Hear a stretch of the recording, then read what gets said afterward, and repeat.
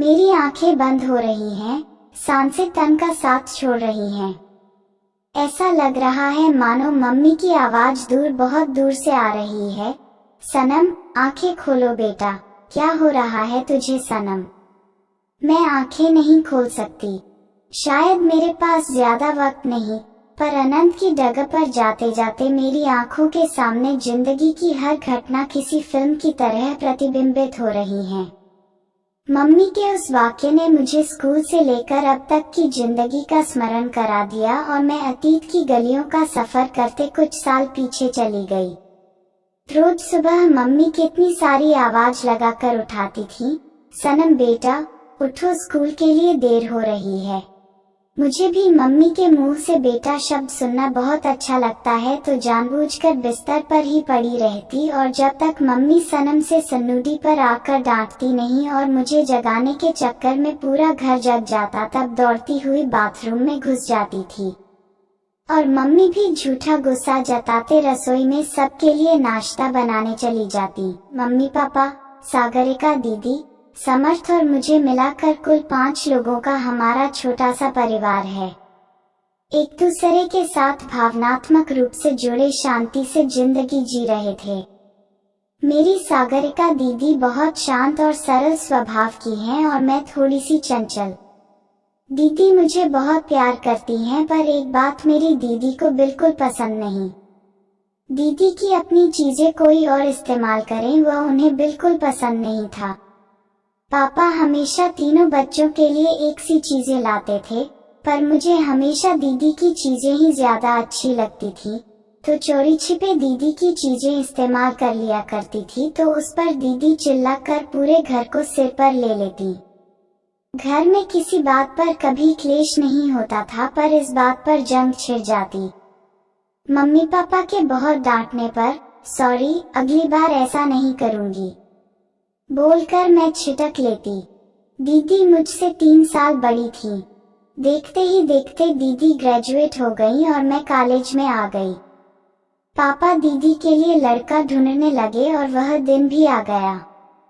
दीदी के लिए एक बहुत ही बेहतरीन रिश्ता आया। सूरत में अपना बिजनेस संभाल रहे आदित्य के साथ दीदी का रिश्ता पक्का हो गया। आदित्य के मम्मी पापा मुंबई में रहते थे क्योंकि उनकी एक ब्रांच वहां पर थी। बहुत ही सरल व समझदार और दिखने में हैंडसम थे आदित्य। मेरी दीदी भी गोरी, सुंदर और सलीकेदार हैं। दोनों की जोड़ी बहुत जमती थी। पापा ने बड़ी धूमधाम से दी की शादी की। दीदी के ससुराल जाते ही मेरी जिंदगी में एक खालीपन भर गया। मुझे हर बात पर दीदी की याद आती। आहिस्ता आहिस्ता दीदी के बगैर जीने की आदत डाल रही थी। ऐसे में दीदी की शादी को 3 साल बीत गए। बीच में 2-3 बार दीदी घर आई थी, पर जीजू सिर्फ 1-2 बार ही आए। बस फोन पर बातें होती। पाई की वजह से मैं भी 1-2 बार ही दीदी के यहाँ गई थी, इसलिए जीजू का ज्यादा परिचय नहीं था, पर दीदी से उनकी बहुत तारीफ सुनी थी। देखते ही देखते ने खुशखबरी दी, दीदी माँ बनने वाली थी। मैं तो मौसी बनने के ख्याल से ही झूम उठी। घर में नन्हे मेहमान के आने की तैयारियां शुरू हो गईं। मम्मी पापा भी नाना नानी बनने वाले हैं, यह सुनकर खुशी से पागल हो गए। पर दीदी की तबीयत बहुत ही खराब रहने लगी। जीजू दी को अपनी नजर के सामने रखना चाहते थे और मम्मी पापा दीदी को हमारे घर लाना चाहते थे। जीजू के मम्मी की तबीयत भी कुछ ठीक नहीं रहती थी, तो वे भी दी की देखभाल नहीं कर पाती। इसलिए यह तय हुआ कि अगले कुछ महीने दीदी हमारे यहाँ रहेंगी और डिलीवरी के वक्त जीजू के यहाँ दीदी को पापा हवाई जहाज से ले आए। उनके आते ही घर चहक उठा और मैं इसलिए ज्यादा खुश थी कि मेरा ग्रेजुएशन पूरा हो गया था, तो अब आराम से दी के साथ वक्त बिता सकती थी। मैं दीदी का बहुत ख्याल रखती थी और मम्मी भी दीदी को बिस्तर से उठने नहीं देती थी। फिर भी दी की तबीयत दिन ब दिन खराब होती चली गई और 7वें महीने में ही एक दिन उन्हें जोर का दर्द उठा और उन्हें अस्पताल ले जाना पड़ा। जीजू भी तुरंत आ गए, पर डॉक्टर की लाख कोशिशों के बाद भी बच्चे को नहीं बचा पाए। दी और जीजू दोनों ही टूट गए। तब माँ ने कहा कि बच्चे के साथ लेन देन नहीं होगा, कुदरत दोबारा सुख देगा। पर डॉक्टर ने कहा कि दोबारा माँ बनने की सोचिएगा भी नहीं, क्योंकि सागरिका का यूट्रस कमजोर है। 9 महीने तक बच्चे को कोख में नहीं पाल सकता। यह सुनकर दी को बहुत बड़ा झटका लगा। एक स्त्री तभी संपूर्ण कहलाती है जब उसे माँ का सुख प्राप्त होता है। दीदी पर भी यही बात लागू होती थी। दीदी मानो बद बन गई, जिंदगी से रस ही उड़ गया। अकेली बैठी पता नहीं क्या सोचती रहती। सारे घर वाले मिलकर भी दी को खुश नहीं रख पा रहे थे। 2 महीने बीत गए पर दी अपने बच्चे को भूल ही नहीं पा रही थी। जीजू दी को लेने आ गए पर दी की तबीयत इतनी ठीक नहीं थी, तो उनका ध्यान रखने के लिए मम्मी पापा ने मुझे दी के साथ सूरत भेज दिया। मैं और जीजू दी को हंसाने की भरपूर कोशिश करते रहते थे, पर दी को डिप्रेशन से बाहर निकालने में नाकामयाब रहे। दी खाने पीने में भी लापरवाह रहने लगी और न किसी चीज में दिलचस्पी ले रही थी। एक दिन हीमोग्लोबिन कम हो जाने की वजह से वे चक्कर खाकर गिर गईं।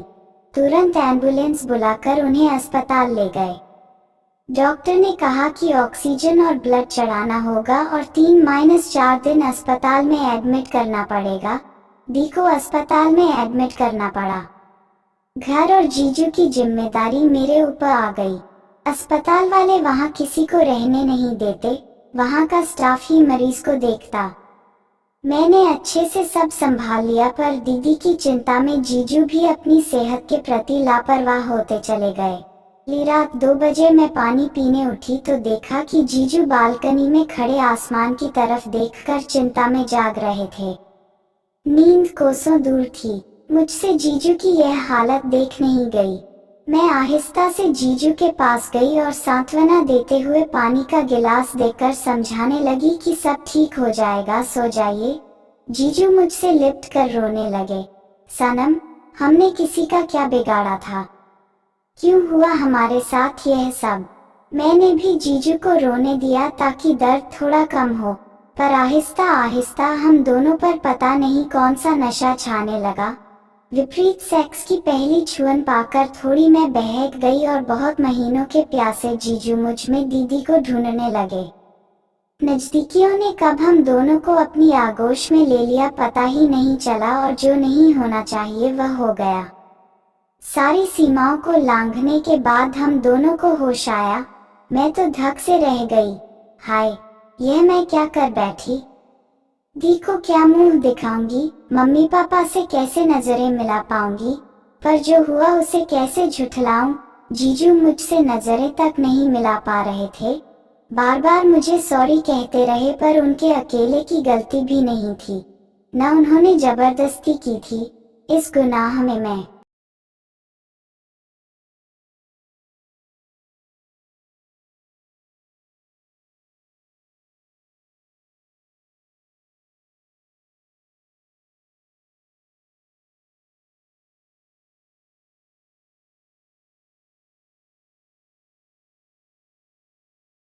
बराबर की हिस्सेदार थी। हम दोनों ही बहक गए थे। जीजू ने अब घर आना बंद कर दिया। ऑफिस में ही लंच मंगवा लेते थे और वहीं पर सो जाते थे। दीदी 1 सप्ताह बाद अच्छी होकर घर आ गई। अब जीजू को घर आए बगैर चारा नहीं था। दी अब थोड़ी मूड में भी रहने लगी थी, पर मुझे और जीजू को चुप देखकर टोकती। आखिर आप दोनों को हुआ क्या है, जो पूरा घर सिर पर लिए घूमते थे? अचानक यह परिवर्तन क्यों? अब तो मैं भली चुनी हूँ, अब तो दोनों खुश रहो। पर क्या जवाब देते हम दोनों? जीजू दी का बहुत ख्याल रखते थे, मगर मेरे साथ बात करने से भी कतराते थे। चाहकर भी हम दोनों उस कमजोर पल को भूला नहीं पा रहे थे। याद आते ही सिर शर्म से झुक जाता था। अब मैं यहाँ से भाग जाना चाहती थी। मैंने दी से कहा, दी, अब आप ठीक हो तो मैं घर जाऊं? मम्मी पापा कुछ दिन बाद दी को देखने आने वाले थे, तो उन्होंने कहा कि इतनी जल्दी क्या है तुझे? अब मम्मी पापा के साथ ही जाना, और जबरदस्ती रोक लिया। ऐसा करते 1 महीना बीत गया और एक दिन खाने के टेबल पर दाल की खुशबू लेते ही मुझे जोरदार मितली उठी। मैं दौड़कर बाथरूम चली गई और वहां उल्टी हो गई। मैं सोच में पड़ गई कि पेट में तो कोई गड़बड़ नहीं, फिर यह उल्टी किस बात की, और सोचते ही मेरे रोंगटे खड़े हो गए, आंखों में आंसू आ गए। आज तक दी की हर चीज छिपकर इस्तेमाल कर लेती थी, तब उनके डांटने पर भी मजे लेती थी मैं। आज पहली बार दी को जान से भी ज्यादा अजीज जीजू के साथ अंतरंग पल बिताने पर घोर पछतावा हो रहा था और खुद के प्रति तिरस्कार। किस मुंह से उन्हें बताऊं कि दी, आज तक मैंने आपकी हर चीज को बिना बताए इस्तेमाल किया। ऐसा तो सपने में भी नहीं सोचा था कि जिस पर सिर्फ और सिर्फ आपका अधिकार है, एक दिन उसे भी मैं। ओह, यह मैं क्या कर बैठी। आज अनजाने में ही सही अपनी उस आदत को दोहराने पर खुद पर शर्म आ रही थी। इतने में बाथरूम के बाहर से दीदी ने पूछा, सनम क्या हुआ, तू ठीक तो है? चल बाहर आ, हम डॉक्टर को दिखा देते हैं। मैं स्वस्थता का चोला पहनकर बाहर आई और दी से कहा कि शायद एसिडिटी हो गई है, थोड़ा आराम कर लेती हूँ, ठीक हो जाऊंगी। अपने रूम में आकर बिस्तर पर औंधे मुंह लेटे इतना रोई कि आंखें सूख गईं। मन में ख्यालों का बवंडर उठ रहा था पर किसी पर नहीं पहुंच पा रही थी। ऐसे ही पूरा दिन पड़ी रही, उल्टी के डर से रात को डिनर के लिए भी नहीं उठी, थोड़ा जूस पीकर सो गई। दूसरे दिन मम्मी पापा और समर्थ आ गए। दिवाली की छुट्टियां थी तो मम्मी पापा कुछ दिन रुकने का प्लान बना कर आए थे। मैं यहाँ से कहीं भाग जाना चाहती थी पर जाऊं तो कहाँ जाऊं। मम्मी पापा और दी पीछे गार्डन में गप्पे लड़ा रहे थे कि इतने में जीजू ऑफिस से आ गए। उस एकांत का फायदा उठाकर मैंने जीजू से अपने मन की शंका बता दी। जीजू घबरा गए, उनकी आंखें पछतावे के आंसू से नम हो गईं। हम दोनों में से कोई एक दूसरे को आश्वासन देने की स्थिति में नहीं थे। जैसे पाप छत पर चढ़कर चिल्लाता है, वैसे ही मेरी उल्टियों का सिलसिला दूसरे दिन भी चालू रहा। उस दिन तो दी गुस्सा हो गई। सनम, 2 दिन से तबीयत खराब, न ठीक से खाना खाती है न दवा लेती है, अब हद हो गई। जबरदस्ती डॉक्टर के पास ले गई। मेरे तो पसीने छूट गए। डॉक्टर ने सारे टेस्ट किए और रिपोर्ट देखते ही दी को बधाई देते हुए कहा, बधाई हो, यह माँ बनने वाली हैं। दी की आंखें बाहर निकल आईं, होंठ सील गए मानो बदन का पूरा खून जम गया हो। मैं सिर झुकाए बैठी रही, कोई चारा न था, क्या रिएक्ट करती। दी जल्दी ही डॉक्टर का शुक्रिया अदा कर बाहर चली गई, मैं भी पीछे पीछे चल दी। घर आते ही दी का आक्रोश ज्वालामुखी की तरह फूट पड़ा। सबसे पहले यही सवाल किया, कौन है वह? आदित्य। मैंने हल्का सा सिर हिलाकर हाँ कहा। दी बोली, सनम, तुमने मेरी सारी चीजें आज तक इस्तेमाल की, मैं बर्दाश्त करती रही, पर अब आदित्य को भी। इतना सुनते ही मम्मी ने मेरे गाल पर थप्पड़ जड़ दिया और पापा तो मानो मेरा मुंह तक देखने को तैयार नहीं थे। पीछे मुड़कर बोले, कल ही नर्सिंग होम जाकर सब क्लियर करवा लो। पर इतना सुनते ही को पता नहीं क्या हुआ कि मुझसे लिपटकर चिल्लाते हुए बोली, नहीं, मैं अपने बच्चे की हत्या करने की किसी को इजाजत नहीं दूंगी। यह मेरा बच्चा है, मुझे हर कीमत पर चाहिए। दी मेरा सिर चुमती रही मानो बच्चे के आने की खुशी में मेरी और जीजू की गलती माफ करने के मूड में हूँ। दी खुशी से झूम उठी और मेरे सामने दया की भीख मांगते बोली, सनम, वादा कर तू मेरे बच्चे को जन्म देगी, मेरी झोली ममता से भर दे मेरी बहन। तेरा यह उपकार मैं जिंदगी भर नहीं भूल पाऊंगी। मैं असमंजस में थी और मम्मी पापा इस बात से बिल्कुल सहमत नहीं थे। उन्होंने दी को समझाया कि तुम्हारी खुशी के लिए सनम की जिंदगी बर्बाद नहीं कर सकते। जीजू किसी भी बात की तरफदारी करने की परिस्थिति में नहीं थे। हाथ जोड़कर इतना ही बोले, हो सके तो मुझे माफ कर दीजिएगा। फिर दीदी को भी लगा कि सनम की जिंदगी का सवाल है, मेरी खुशी के लिए सनम की जिंदगी बर्बाद नहीं कर सकती। तो दी ने मुझे कहा, कल ही हम अस्पताल जाते हैं, तुम तैयार रहना। मैं अपनी की मनोदशा से वाकिफ थी। दीदी दिल से चाहती थी कि यह बच्चा किसी भी हाल में जन्म लेकर उनका आंचल ममता से भर दे, पर उनका मन इजाजत नहीं दे रहा था। दी की लाचारी उनकी आंखों से आंसू बनकर बह रही थी और उन आंसुओं ने मुझे एक ठोस निर्णय लेने पर मजबूर कर दिया। मैंने दी को अपने पास बैठाया और उनका हाथ अपने हाथों में लेकर वादा किया, दी, मेरी जिंदगी का जो होना है हो जाए, पर मैं आपको माँ का सुख देकर आपको संपूर्ण स्त्री बनने का सुख जरूर दूंगी। मेरी कोख में पल रहा बच्चा आपकी अमानत है। मैं इस बच्चे को जन्म दूंगी, फिर जो हो मेरे साथ कोई ऐसा लड़का मिल जाएगा जो मुझे मेरी कमी और खूबी के साथ मुझे अपनाएगा। बाकी जो होगा देखा जाएगा। इतना सू जैसे पहली बारिश का स्पर्श पाते पतझड़ वसंत में बदल जाती है, वैसे ही दीदी के भीतर नवचेतना का संचार हुआ और मुझसे लिप्ट कर बोली, सनम, आज पहली बार तेरा मेरी चीज का इस्तेमाल करने पर मैं नाराज नहीं। जाने अनजाने मेरी चीजों का इस्तेमाल करने की बहुत बड़ी कीमत तुमने चुका दी है। ने मम्मी पापा को भी मेरे निर्णय के आगे झुकना पड़ा। बच्चों के प्यार के आगे माँ बाप हमेशा झुकते जो आए हैं। वक्त अपनी गति से बह रहा था।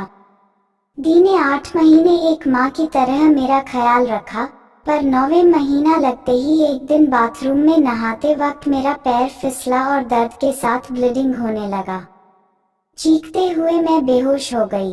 आंखें खुली तो खुद को अस्पताल के बिस्तर पर पाया। मेरी आगोश में फूल सी बच्ची सो रही थी।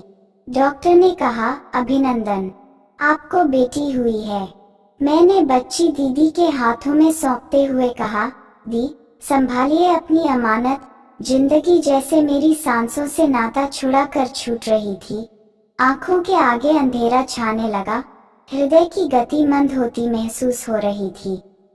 सबके चेहरे धुंधले दिख रहे थे और मम्मी की आवाज मानो दूर किसी पर्वत के पीछे से आ रही। तो ऐसा महसूस हो रहा था, सनम बेटा, आंखें खोल। क्या हो रहा है तुझे? डॉक्टर, देखिए मेरी बच्ची को।